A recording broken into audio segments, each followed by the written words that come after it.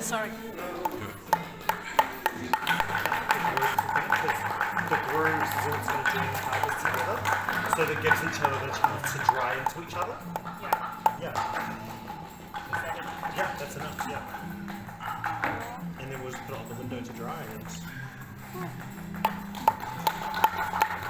yeah, that's perfect.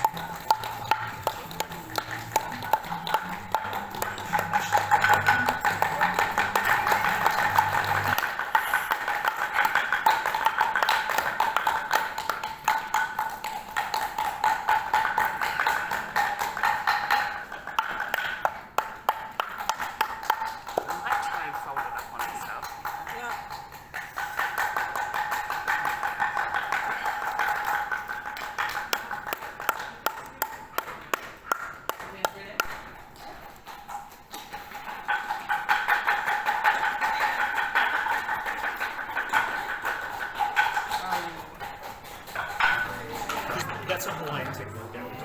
Yeah.